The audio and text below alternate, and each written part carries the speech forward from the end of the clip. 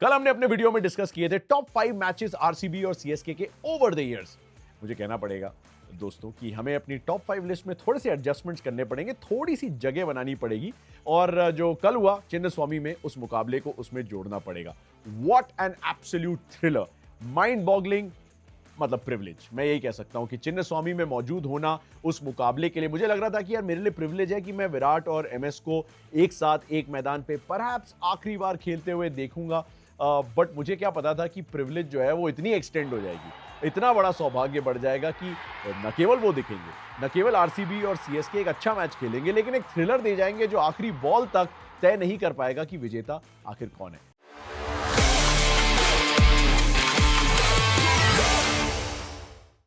विजेता हमें मिल चुका है, टेबल टॉपर हमें मिल चुका है, नया ऑरेंज कैप का हकदार जो है फिलहाल के लिए हमें मिल चुका है और उसके अलावा हमें यश दयाल की एक और बड़ी खूबसूरत कहानी मिली है। लेकिन कहानी सिर्फ इन 3-4 चीज़ों के बारे में नहीं थी, बहुत सारी थी।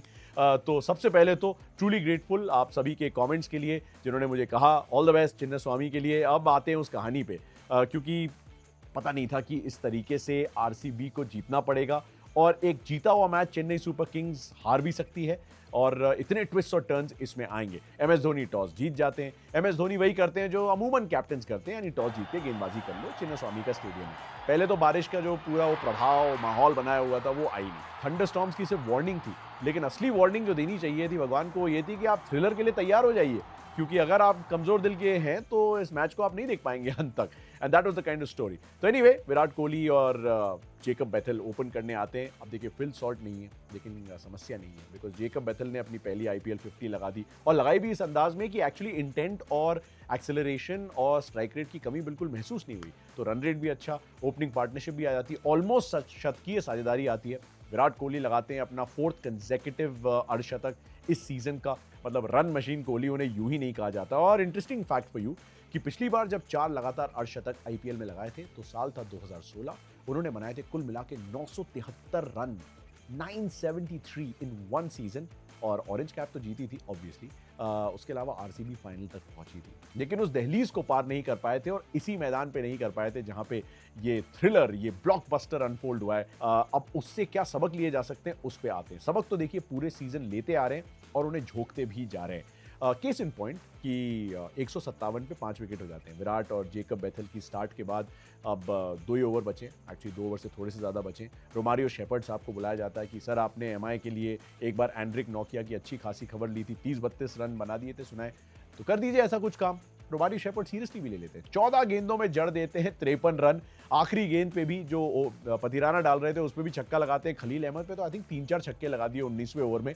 और 19 और 20वें ओवर में आईपीएल के इतिहास में आई डोंट थिंक कभी भी 54 रन कुल मिला के पड़े रोमारियो ने कर दिखाया। और इंटरेस्टिंग बात यह है कि टिम डेविड जो है वो नॉन स्ट्राइकर्स एंड पे खड़ा हुआ था। जब रोमारियो आए तो मुझे लगा सिंगल ले लेंगे, टिम डेविड को स्ट्राइक देंगे, बट ये बंदा अलग है। और कैरेबियन सुपर पावर जो है वो क्या होती है उन्होंने बताया। एब्सोल्युटली माइंड बॉगलिंग इनिंग्स यार, 14 गेंदों में 50, joint second fastest half century जड़ी, और ऐसे मौके पे जड़ी जहां पे चेन्नई को लग रहा था कि यार 180-190 मैक्स रोक लेंगे। मामला चला जाता है 213, सीधे 213, और वहीं पे कठिनाई आ जाती है। और एग्जैक्टली ऐसे ही हुआ था लास्ट ईयर भी 2024 में जब इन दोनों टीमों की मुलाकात हुई थी। 217-18 बनाने की नौबत ही नहीं आनी चाहिए थी और बना दिए थे आरसीबी ने। तो चेन्नई का काम मुश्किल हो गया, इवेंचुअली वो प्लेऑफ की रेस से बाहर हो गए। अब इस मुकाबले में तो ऑलरेडी प्लेऑफ की रेस से बाहर थे, उन्होंने 180 प्लस रनचेस 2019-18-19 से किया ही नहीं है। तो आप मान के चलेंगे कि हाँ मतलब अब तो मामला ऑलरेडी दूर चला गया है। लेकिन फिर सीन में आने वाले थे 17 वर्ष के आयुष मात्रे। मैं कहानी पढ़ रहा था उनकी, तो अपनी उनकी पारी कैसी लगी वो तो बताना ही, ये कहानी कैसी लगी ये भी बताना। ये बंदा 5 साल की उम्र में क्रिकेट खेलना शुरू करता है, अब 15 साल की उम्र में एक्चुअली प्रोफेशनली खेलना शुरू करता है, इस उम्मीद के साथ कि जो विरार से चर्चगेट की रोज़ ट्रेन लेते हैं वो एक दिन मुंबई के साथ मौके में तब्दील हो जाएगी। मुंबई के साथ फाइनली उन्हें पिछले सीजन मौका मिलता है। अपने तीसरे ही फर्स्ट क्लास मैच में ये बंदा जो है शतक लगा देता है। लिस्ट ए क्रिकेट में यशस्वी जायसवाल का रिकॉर्ड तोड़ता है, बनाता है 181 रन 117 गेंदों में, which makes him the youngest ever player to score 150 or more runs, beating यशस्वी's record in list A cricket. Phenomenal, right? तो मतलब दिख गया था कि बंदे में दम है। लेकिन आईपीएल ऑक्शन में पिक नहीं होता है, और जब पिक नहीं होता है तो थोड़ी सी निराशा भी होती है। और निराशा को आप आशा में कैसे बदलते हैं? जब आपदा में अवसर आप ढूंढते हैं। ऋतुराज गायकवाड को इंजरी होती है, चेन्नई सुपर किंग्स ने इस बंदे को नोटिस किया होता है, वो उसे बुला लेते हैं, ओपन भी करने लगता है, because Rachin Ravindra, Devon Conway दोनों आउट ऑफ फॉर्म है, तो इंडियन बैटर्स को थोड़ा सा ट्रस्ट किया जाता है। और आयुष मात्रे साहब ने चिन्न स्वामी में जो कल रात किया, भले ही शतक ना आया हो, लेकिन शतक से कम नहीं, जैसे हमने कई बार कई पारियों के बारे में कहा है इन वीडियोज़ में, मेमोरेबल इनिंग्स, बिकॉज आयुष मात्रे ने न केवल वैभव सूर्यवंशी की तरह थोड़ी सी झलक दिखाई है भारतीय क्रिकेट के भविष्य की, बट ऑल्सो बताया है कि बड़ी शालीनता से भी खेला जाता है, और उसके साथ साथ अग्रेसिव इंटेंट आप फिर भी कायम रख सकते हो। जिस तरीके से चौके छक्के लगाए, मतलब कुछ शॉट्स, पुल शॉट्स में जिस तरीके से छक्के लगाए, भुवनेश्वर कुमार, मतलब भुवनेश्वर कुमार जिसके ऑलमोस्ट 200 आईपीएल विकेट हैं, उनको आड़े हाथों लिया, बहुत खूबसूरती से स्पिन को भी खेला, और पेस को तो बहुत ही मतलब क्रूअली ट्रीट किया। लगभग 300 का स्ट्राइक रेट था पेस के खिलाफ आयुष मात्रे का। वन फॉर द फ्यूचर नहीं, वन फॉर द प्रेजेंट, जैसे मैंने वैभव सूर्यवंशी के बारे में भी कहा था कमेंट्री करते हुए जब उनका 100 आया था। तो मैंने कमेंट्री में कहा जब उनका 50 हुआ कि आयुष मात्रे की ये विरार फास्ट विराट के शहर में आज दिखती हुई, और बड़ा खूबसूरत लम्हा था यार, मुझे तो बहुत अच्छा लगा। अच्छा और लगता चेन्नई के फैंस को, न्यूट्रल फैंस को, अगर वो जीत में तब्दील हो पाता, लेकिन कहानी में बहुत सारे ट्विस्ट आने वाले थे। रविंद्र जडेजा नंबर 4 पे आए और 77 रन नाबाद उन्होंने बनाए।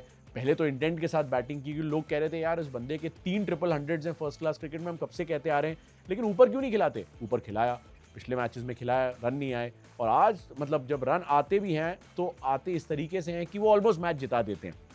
Again good science for Chennai super Kings. अगर अगले सीजन की प्लानिंग शुरू हो गई है मात्रे साहब, और जिस तरीके से रविंद्र जडेजा ने अपनी वो 114 रन की साझेदारी रची, एंड देन इस सब के बीच में royal Challengers Bengaluru catch drop करते रहते हैं। आयुष मात्रे का कैच ड्रॉप हुआ रजत पाटीदार द्वारा, I know it was a tough chance. Ravindra Jadeja का तो कैच ना लेने की ठान ली थी, लुंगी एंगीडी ने एक बिल्कुल लड्डू छोड़ दिया था जब उन्होंने वो फाइन लेग पे जडेजा ने शॉट खेला। मतलब उसके बाद Virat Kohli of all the people in a crunch over, जहां पे मतलब विकेट चाहिए ही चाहिए, अगर नहीं लोगे तो हार जाओगे, और सीधे हाथ में उनके कैच आता है। अमूमन विराट ऐसी चीजें नींद में कर सकते हैं, बट नहीं होता है, और वो कैच भी छूटता है और चौका भी जाता है। बड़ी दिलचस्प कहानी थी, बिकॉज एक्चुअली इस मैच में चाहिए थे I think around 35 run to win off 3 overs. Suyash Sharma को गेंद थमाई जाती है क्योंकि एमएस धोनी क्रीज पे आए हैं। एमएस धोनी क्रीज पे आए हैं तो मतलब ऑब्वियसली एक स्पिनर को कई बार लगा दिया जाता है। सिर्फ 6 रन देता है सुयश, जिसका मैच अदरवाइज बहुत खराब जा रहा था। आयुष मात्रे, रविंद्र जडेजा ने बहुत मारा था उन्हें, but great captaincy from Rajat Patidar, उनको वो गेंद थमाते हैं। एक और बड़ा इंटरेस्टिंग वाकया हुआ, डेवॉल्ट ब्रेविस एलबीडब्ल्यू आउट करार दिए जाते हैं लुंगी एंगीडी की गेंद पे। मेरे हिसाब से तो नॉट आउट थे, इन द सेंस कि वो एलबीडब्ल्यू नहीं दिए जाने चाहिए थे, बट एलबीडब्ल्यू दिया गया, मतलब कि बॉल डेड हो जाती है। बंदा जो है वो भूल जाता है कि बॉल तो डेड हो चुकी है, तो रन लेने का कोई फायदा नहीं है, सीधे रिव्यू ले लेना चाहिए। वो रिव्यू लेने के बजाय रन लेता है, वहां पे ओवर थ्रो हो रहे हैं, चौके के लिए जा रहे हैं ओवर थ्रो, बट वो काउंट नहीं होंगे, तो वो 2 रन दौड़ लेता है। उसके बाद याद आता है अरे यार मेरे को रिव्यू भी तो लेना था, तब तक टाइमर मतलब टाइम अप हो जाता है। अंपायर नितिन मेनन कहते हैं सर आपको 15 सेकंड मिलते हैं, 25 नहीं। वो भूल जाता है और इसी के बाद वो कंट्रोवर्सी बन जाती है। मैं आपको बता देता हूँ, डेवॉल्ट ब्रेविस को रिव्यू लेना चाहिए था, वो समय के पार जा चुके थे, उन्होंने रिव्यू नहीं लिया। डिसीजन भले ही खराब हो एलबीडब्ल्यू देने का, बट एक बार आउट दे दिया तो वो आउट थे, तो उसको डिबेट को अभी खत्म कर देते हैं। दूसरी डिबेट ये थी कि आखिरी ओवर यश दयाल डाल रहे हैं, अब क्या वो वही कर सकते हैं जो 2024 में उन्होंने किया था? 14 रन डिफेंड करने यश दयाल को, अगर आरसीबी को टॉप ऑफ द टेबल ले जाना है, चेन्नई को एक ही सीजन में दूसरी बार हराना है, और वही करना है जो 2024 में किया था।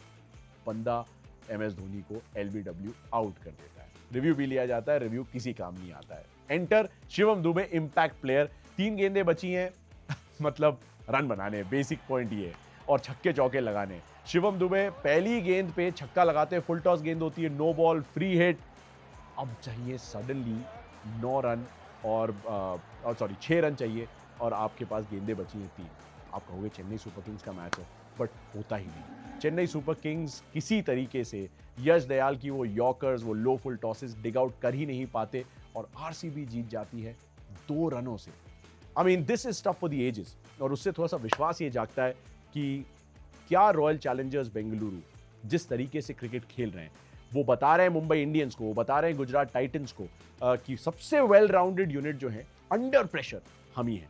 Romario Shepherd player of the match, 53 run 14 गेंदों में मैच की पूरे सूरत हाल उन्होंने बदल दिए, और टिम डेविड ने भी ऐसा किया है। उसके अलावा सुयश शर्मा ने वो जो 18वां ओवर जिस तरीके से डाला, उसके अलावा जेकब बेथल जिन्हें फिल सॉल्ट की बीमारी की वजह से मौका मिला, उन्होंने अर्धशतक जड़ दिया और फिल सॉल्ट की कमी महसूस नहीं होने दी। जितेश ने मैच जिताए, देवदत्त पडिक्कल ने ऐसा किया है, उसके अलावा भुवनेश्वर कुमार का एक्सपीरियंस है उनके पास, जॉश हेजलवुड तो ये मैच भी नहीं खेल पाए तो लुंगी एंगीडी 3 विकेट ले गए, और फिर यश दयाल। आई मीन अच्छा लगा, हमारे साथ शो पे भी जुड़े यश दयाल, उन्होंने बड़ी खूबसूरत बात कही कि इस तरह की चीज़ों की तैयारी उन्होंने की थी कि जब ड्यू आएगी, जब बॉल को यॉर्कर में तब्दील करना मुश्किल हो जाएगा, तो फिर क्या माइंडसेट रहेगा, क्या थिंकिंग रहेगी, कैसे एग्जीक्यूट किया जाएगा, और परफॉर्मेंस ले गई उन्हें टॉप ऑफ द टेबल। 8वीं जीत है, 16 पॉइंट्स मैजिक नंबर है। किसी भी टीम ने 14 गेम के लीग स्टेज के सीजन में 16 पॉइंट अर्जित करने के बाद प्लेऑफ्स में क्वालिफाई नहीं करने की नौबत उनके लिए नहीं आई है। तो आरसीबी प्लेऑफ्स में तो मेरे हिसाब से पहुंच गई है। टॉप 2 ने सुनिश्चित करना है, सिर्फ गुजरात टाइटंस और रॉयल चैलेंजर्स बेंगलुरु ही 2 टीमें हैं जो कि 22 पॉइंट्स तक पहुंच सकती हैं, और मुझे लगता है कि जिस तरीके से ये सेकंड होम विन आई है, एक बार फिर से 200 प्लस का टोटल डिफेंड करते हुए बहुत कॉन्फिडेंस मिलेगा। आप मुझे कमेंट सेक्शन में बताइएगा, मैंने इतना टाइम डेडिकेट किया आरसीबी को, कि मैच कैसा लगा, मैच टर्न कहां हुआ आपके हिसाब से। और तीसरी चीज, तीसाला cup number surely right this time, MI और जीटी अभी भी उनकी कहानी बाकी है। राइट, डबल हेडर वैसे संडे है हमारा, और उसमें 2 मुकाबले होंगे। पहला कोलकाता नाइट राइडर्स और राजस्थान रॉयल्स के बीच में सिर्फ एक पोजीशन का फासला है, डिफेंडिंग चैंपियंस है, थोड़ा सा मान सम्मान के लिए भी खेल रहे हैं। पॉइंट्स टेबल में अभी भी चांसेस हैं उनके पास, लगातार उन्हें अपने मैचेस जीतने पड़ेंगे, तभी प्लेऑफ्स की रैंकिंग में वो आ पाएंगे। Not impossible but very difficult. सामने राजस्थान की टीम है, मैच इंटरेस्टिंग होगा, लेकिन मेरे लिए दूसरा मैच जो है वो ज्यादा इंटरेस्टिंग है, और उसमें देखेंगे पंजाब किंग्स और देखेंगे आपको लखनऊ सुपर जायंट्स। धर्मशाला का मैदान पहली बार होस्ट करने वाला एक आईपीएल मैच इस सीजन।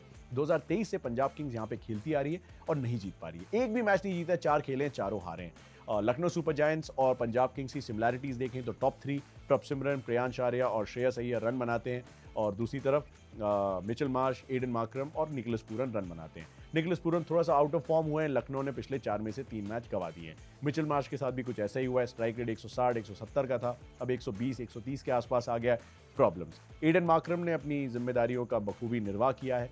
दूसरी तरफ प्रियांश आर्या, प्रभसिमरन सिंह रन रेट के हिसाब से सबसे ताबड़तोड़ ओपनिंग जोड़ी है। नॉट ट्रेविस शेख, not Sai Sudharsan, Shubman Gill, but Priyansh and Prabhsimran हमारे पीएनपी, और उसके बाद श्रेयस अय्यर। श्रेयस अय्यर घर पे रन नहीं बनाते हैं, वो घर से दूर रन बनाते हैं, तो आप ये नहीं कह सकते कि वो आउट ऑफ फॉर्म है, आप ये भी नहीं कह सकते कि रेड हॉट फॉर्म में है। बंदे ने 4 अर्धशतक लगाए, लेकिन बंदे के 5 सिंगल डिजिट स्कोर भी आए। लेकिन अब घर थोड़ा सा अलग है, क्योंकि धर्मशाला है, और धर्मशाला में इस बंदे ने 147 रन बनाए 2 पारियों में, इसको ये मैदान बहुत पसंद है। तो मुझे लगता है कि फाइनली होम कंफर्ट महसूस करेंगे श्रेयस अय्यर। फिर है हमारे युजवेंद्र चहल साहब, एक तरफ होंगे निकोलस पूरन जो स्पिन के खिलाफ 264 के स्ट्राइक रेट से रन बना रहे हैं, तो दूसरी तरफ चहल साहब, उन्होंने निकोलस पूरन को पिछले मैच में फंसाया था जो लखनऊ में खेला था। आउटसाइड दी ऑफ स्टंप थोड़ी सी ललचाती हुई बॉल दी थी और निकोलस पूरन उस जाल में फंस गए थे। उसके अलावा भी बहुत सारा टैलेंट है, मतलब एक तरफ आपको लखनऊ सुपर जायंट्स दिखेंगे जहां पे ऋषभ पंत का फॉर्म बहुत बड़ा नेशनल डिबेट का इशू हो गया कि ऋषभ को हो क्या गया है, क्या अब ये सिर्फ एक रेड बॉल क्रिकेटर है, व्हाइट बॉल क्रिकेट खेलना भूल गया है, या फिर सिर्फ ये कॉन्फिडेंस का इशू है, या फिर सिर्फ ये कैप्टनसी का प्रेशर है, या फिर ये प्राइस टैग का प्रेशर है। Let me know in the comments below, because 9 पारियों में 6 सिंगल डिजिट स्कोर्स, और उसमें भी डिसमिसल, जैसे विल जैक्स के खिलाफ वो रिवर्स खेलते हुए फाइन लेग पे कैच आउट हुए। Strange right, very very very strange. This not the Rishabh Pant we know. ऐसा लगता है कि ऑलमोस्ट भूल गए कि विकेट के सामने भी रन बनाए जा सकते हैं, इतनी बार विकेट के पीछे वो कैच दे बैठते हैं कि it becomes a problem. Confidence issue तो है उनके साथ। मिलर को मैं देखना चाहूंगा, अपनी पुरानी टीम के खिलाफ वो खेलेंगे, पंजाब के लिए खूब सारे रन बनाए, खूब सारे मैचेस उन्होंने भी खेले। तो मिलर का बेस्ट वर्जन अगर अनलीश करना है तो क्या उन्हें ऊपर आना चाहिए? क्या ऋषभ को रख दो आप नंबर 5 पे और भेज दो आयुष बडोनी को ऊपर, जो अच्छे फॉर्म में है, पेस को तो बहुत अच्छा खेलते हैं, स्पिन को बहुत मारते हैं डेविड मिलर, तो ऊपर खिलाओ जो इन फॉर्म बैटर्स हैं, बिकॉज पंत तो कैप्टन है, वो तो ऑब्वियसली खेलेंगे। मेरी फैंटेसी टीम में नहीं होंगे unfortunately, that's the thing. Although कभी भी वो पारी आ सकती है, जैसे चेन्नई के खिलाफ बंदे ने अर्धशतक लगा दिया था। दूसरी तरफ पंजाब किंग्स, उनके पास चौथे फॉरेनर का बहुत बड़ा हेडेक हो गया है। मैक्सवेल टूर्नामेंट से बाहर हो गए इंजरी के चलते, स्टॉइनिस को ये खिलाते नहीं है, जॉश इंग्लिश को खिलाया पिछले मैच में, अजमतुल्ला उमरजाई को खिलाया, और मार्को यानसन को तो फैंटेसी टीम में रख रहा हूँ मैं, तो खेलेंगे ही। तो चौथा फॉरेनर कौन हो सकता है? क्या वो एरन हार्डी के बारे में सोचेंगे? बिकॉज अब ये धर्मशाला की सर्फेस है, थोड़ा सा हाई ऑल्टीट्यूड, क्या पेस बॉलर्स को थोड़ी सी मदद मिल सकती है? एरन हार्डी अकेले फॉरेनर है जो बेचारे कह रहे हैं यार आप भी खेल रहे हो, मेरा नंबर कब आएगा?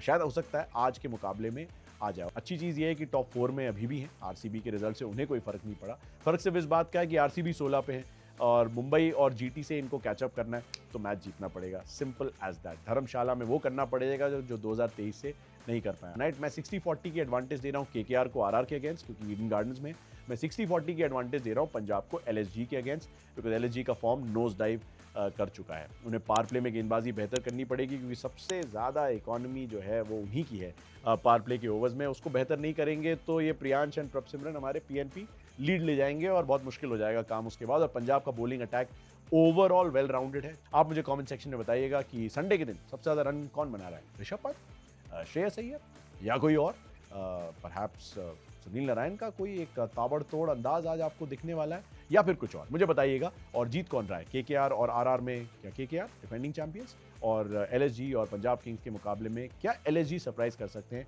पंजाब किंग्स को? जब पिछली बार मुलाकात हुई थी लखनऊ में तो पंजाब किंग्स ने लगभग 3.5 ओवर शेष रहते ये मुकाबला जो है आसानी से 3.5-4 ओवर शेष रहते ये मुकाबला आसानी से 8 विकेट से अपने नाम कर लिया था। आरसीबी की जीत कैसी लगी यार? Top of the points table feeling कैसी आ रही है आरसीबी को? अभी भी देखो 3 मैच बाकी हैं तो 16 से मामला 22 तक भी जा सकता है। बताइएगा। Main prediction of them all, ई साला कप नमदे। Good bye.